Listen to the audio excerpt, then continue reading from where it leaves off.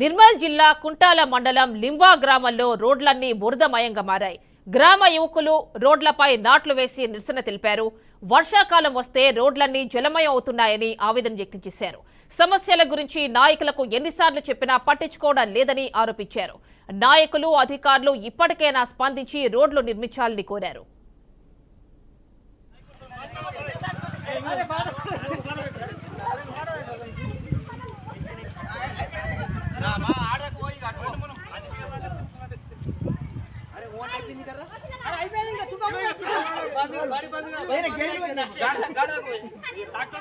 లింబాబీ నుంచి వానల్పాడు వరకు ఇది 9 కిలోమీటర్ల రోడ్డు.